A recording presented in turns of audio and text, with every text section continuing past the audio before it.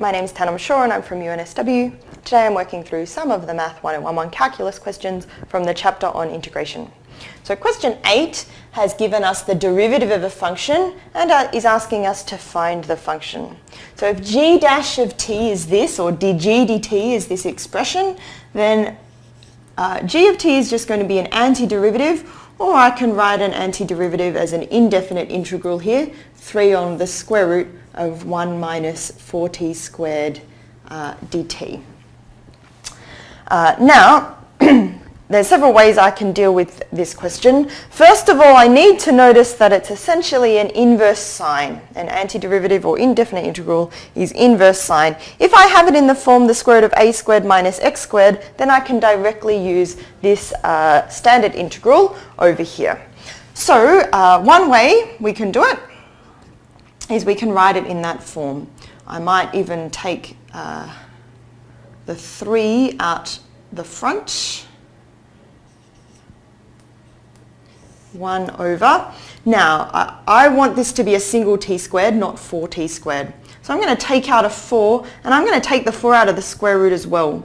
If I take a 4 out of a square root, it's going to be a 2, and so inside the square root, I'm going to be left with a quarter minus t squared here.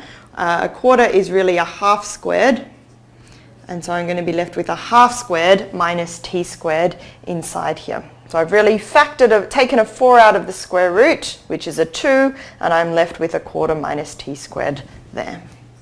So I'm writing it in this form, 1 over the square root of a squared minus x squared, because I know the antiderivative is inverse sign of x on a. So here, if we follow that directly, the 3 on 2 is out the front, and I know the antiderivative of that, according to the standard integral page, is inverse sine of t divided by that a, which is a half.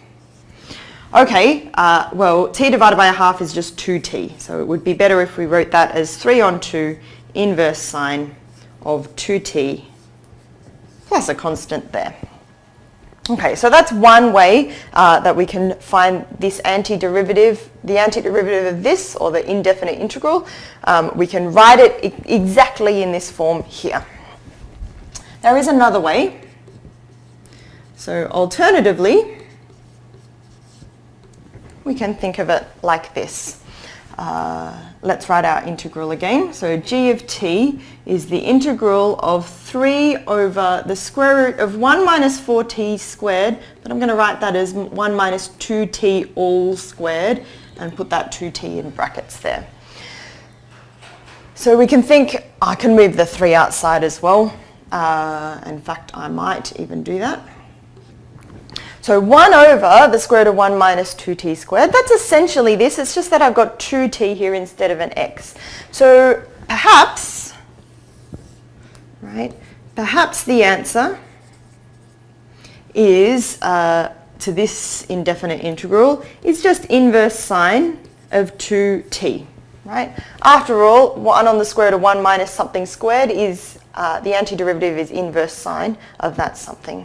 But if you were going to differentiate that, this differentiates to 1 on the square root of 1 minus that squared, but you would have to multiply by the inside differentiated. That's a t there, not an x. You would need to multiply by the inside differentiated because of the chain rule. So if I need 2 lots of this to anti-differentiate it to inverse sine of 2t. So let's fix this up. If I want a 2 on the inside, I'm going to need a 2 on the outside, half on the outside. So I'm going to divide by 2 there, and I'm going to multiply by 2 in here.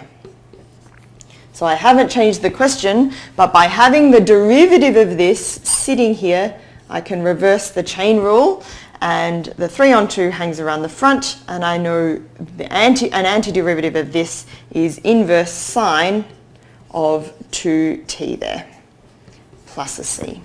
So that's an alternative way of dealing with the square root of 1 minus 4t squared on the denominator there.